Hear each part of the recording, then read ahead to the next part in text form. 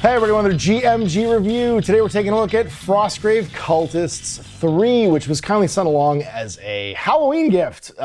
Just as like a fun sort of like review thing from Osprey and from Nick and Northstar, who does all these plastic kits. I love the Cultist series. These are some of the most fun. If you like that like Kit Bash hashtag 28 stuff, these are some of the greatest bits fodder pieces. And this represents another installment in the Cultist series. The first one had like zombie bits. They were great for making all kinds of bad guys. This one, if you are into folk horror, you are going to get 1, 2, 3, 4 sprues of puddle-based miniatures. Puddle-based, of course, is when the miniature is attached to the bottom like this. 5 bodies per miniature, that means 20 miniatures total. And just like between modern and fantasy, everything you could possibly want. So if you wanted to do Resident Evil 4 miniatures, if you wanted to do like a variety of different, like, I guess like 28 horror style games, these would be great for Idols of Torment. These would be great for like a bunch of different things where you just want a bunch of weirdo hooded cultists with everything from like goat masks to bare heads to like bandaged faces. And I will say the detail quality on these is actually, I think, a step up. The NorthStar sculptors, the initial kits were fantastic, but they've gotten crisper and better in detail and a little bit finer as they've gone on, but they're still all fully compatible with each other. So you can see the heads have all kinds of cool little hats, masks. There's 20 heads on here, so every single one of your models can be different. 5 sets of left arms and right arms for both sides, and then left and right arms with all the weapons and stuff too. So you got crossbows, and I do like this because this is an improvement from the last sprue. Previous sprues would have one kind of every weapon type, so you get most of like 4 or 5 of any kit. This one you got 2 of each, which means you can get 8 of any given miniature. That includes bows, crossbows, you can see like clubs, handles. They even have a chainsaw. I love that there's a chainsaw on here. Pole arms, knives, and then you get all kinds of little extra bits and pieces like manacles, little tabards, little ammo pouches, and shields, bones, potions.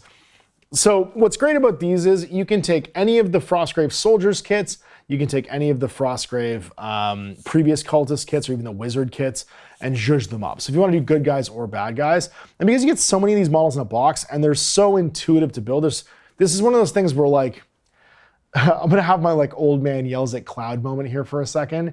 The kids will never know what it was like to not have to have instructions to build your miniatures. When they were intuitive, right? You had a body, you put some arms on, you put a head on, you put some accessories on, you pose them. It was your own like cool creative choice. That's kind of going out of miniature wargaming. So I really appreciate that things like NorthStar still give us access to it in like a modern miniature design. Where the quality's there, it's all in hard plastic. Companies like Wargames Atlantic are doing that too. You get cross compatibility between kits. So a little bit like in the early 2000s to mid 2000s, where like a Space Marine was a Space Marine was a Space Marine, and any Space Marine arms were kind of compatible with any Space Marine body. The NorthStar kits are sort of like that. And if you're looking for fodder for things like Hobgoblin, right, where you're looking for like troop and infantry models. If you want to play Great Helm and have some cool bad guys to fight against your knights, you know what I mean? They're fighting cultists out in the woods or some, you know, like evil, like pagan cult. These are a great option for that. And you can even modernize them because there's a friggin' chainsaw and sledgehammer on here that you can use to do like different horror games like When Nightmares Come, or even the Perilous Tales series from Mike Hutchinson, right?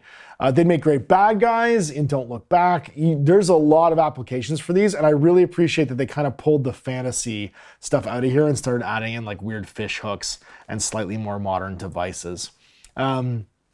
The Ritual is one of my favorite movies, and this is kind of given The Ritual vibes. And a lot of like Resident Evil Village, Resident Evil 4, Resident Evil Village kind of vibes too, the Las Plagas cultists. Yeah, as you can tell, this one frame of like 5 guys is giving me ideas, and that's usually a good sign.